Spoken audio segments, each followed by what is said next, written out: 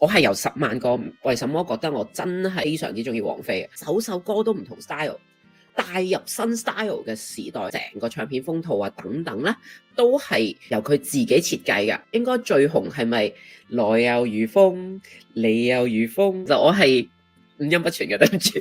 嗱，嗰隻碟大家最中意邊隻先？劉菲菲其實我已經非常之中意噶啦。讀一次啊 ，Summer of Love， 如風，冷戰。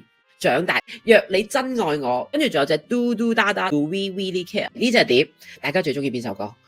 我最中意誘惑我，係好好聽，我嗰時覺得好特別。嗱，我唔係真係好 pro， 但係我中意啲比較怪嘅嘢。咁你話你中意誘惑我，係比較難同啲二中三嘅同學分享嘅。嗰個音樂嘅敘事性好強，其實因為佢係電影嘅主題曲，咁十萬個為什麼嗰個形象啦，佢 as 一個明星，大家見到佢一個少女化咗，即係有少少生活味，外國嘅生活味，即係你唔覺得係香港嘅人嚟嘅？又話佢係帶領咗啲衣着嘅潮流啦，佢唔係 sell 偶像，佢個形態就我有10隻碟，即係隻歌都唔同 feel， 有內容嘅。我覺得除咗如風比較大路啦，即係隻歌都係有啲特別嘅嘢，咁然後個製作嘅班子係非常之唔同嘅。嗰時係好開心嘅，即係你有隻咁嘅碟聽，然後你話呢個就係我偶像啦，真係好勁啊咁樣，即係你唔係話佢真係好靚啊，或者你唔係講呢啲嘢，係嗰隻碟真係好勁。